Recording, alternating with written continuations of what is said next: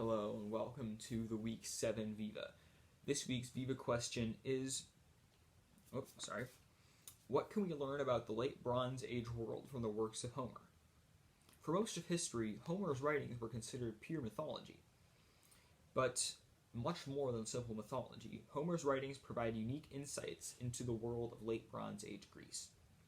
And they do this in several ways. Homer's writings provide insights into late Bronze Age history. His writings had a very definite impact on the development and thinking of modern archaeological approaches to the late Bronze Age. And the language in his writings gives us important insights into the late Bronze Age Greeks' worldview and their ideas of color and oral tradition.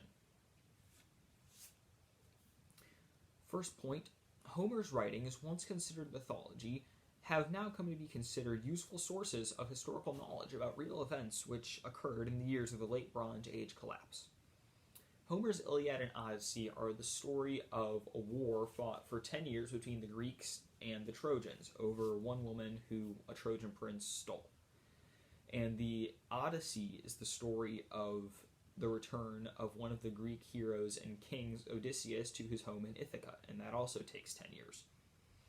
But the question we ask ourselves today is, are these tales true? The story of Troy has fascinated people for centuries.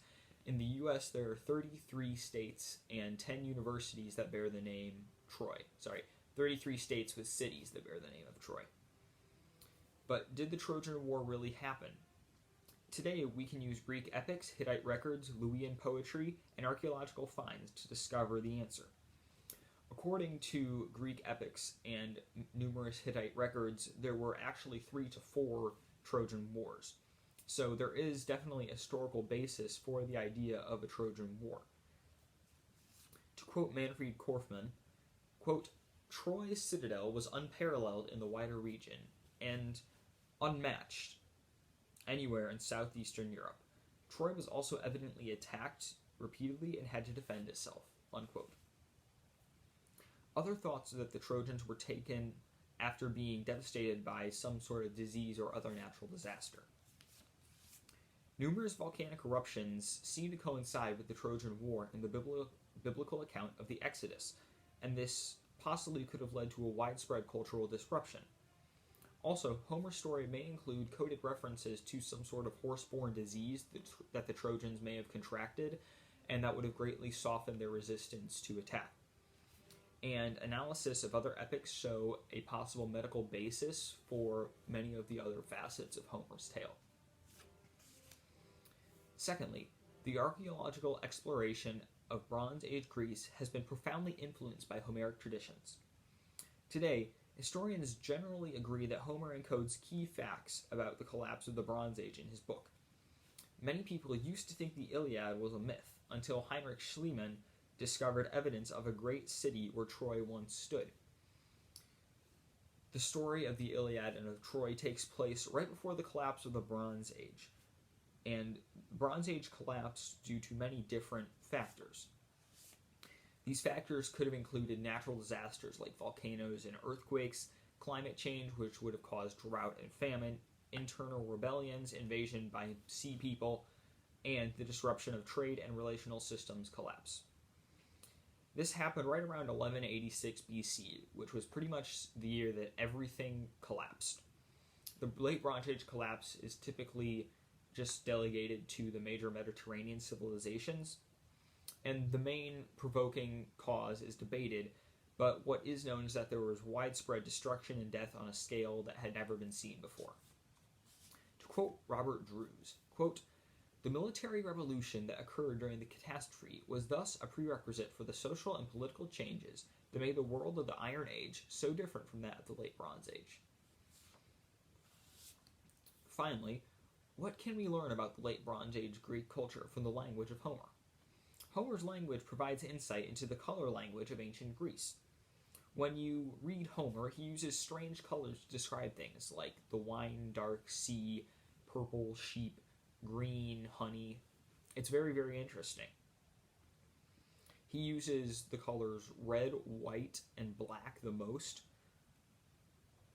and this led to the theory by William Gladstone that well, he proposed that Greeks may have had a deficiency in their eye that maybe wasn't quite color blindness, but it hadn't quite evolved into seeing color.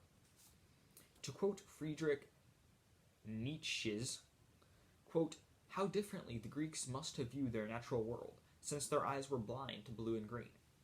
They lived in only black, white, red, and yellow," unquote. And it was later shown that the Greeks were not, in fact, colorblind, but the answer to why there is no blue in the Odyssey and the Iliad is actually much more interesting. It is shown that cultures only develop a word for a color when they can reliably make that as a pigment and, like, a paint. So the Greeks didn't have a word for blue because they couldn't make it. In fact, the only ancient culture who had a word for blue was the Egyptians. All other ancient cultures we have written ancient texts from don't have a name for blue. Color names in languages often develop in a certain pattern that we can trace throughout many different languages. It always begins with black and white, and then it adds red, and then yellow or green, and then a combination of those, and then blue. So blue almost always comes last, and that is because it's one of the hardest to manufacture. It's the hardest color to make. Like, if you're trying to make a painting, blue is the hardest thing to make as a color for that painting. And so it's not that they wouldn't see the color blue, they would either see it and put it in a different color category, or it would just kind of go right through their brain and, like, they'd see it, but they wouldn't notice it, if that makes sense. And the Iliad and the Odyssey were both a part of the Greek oral tradition. Before universal literacy, stories were passed down by singing or chanting. Bards used mnemonic devices to help remember the story, and this not only preserved the stories, but it was a popular source of entertainment. In conclusion, although Homer's tale of the Iliad is regarded as myth for centuries, we can gain unique insights into the late Bronze Age by looking at his work. His writings have also shaped the field of archaeology pertaining to Greece, and they provide insights into the Greek worldview, especially on color and oral traditions. Thank you.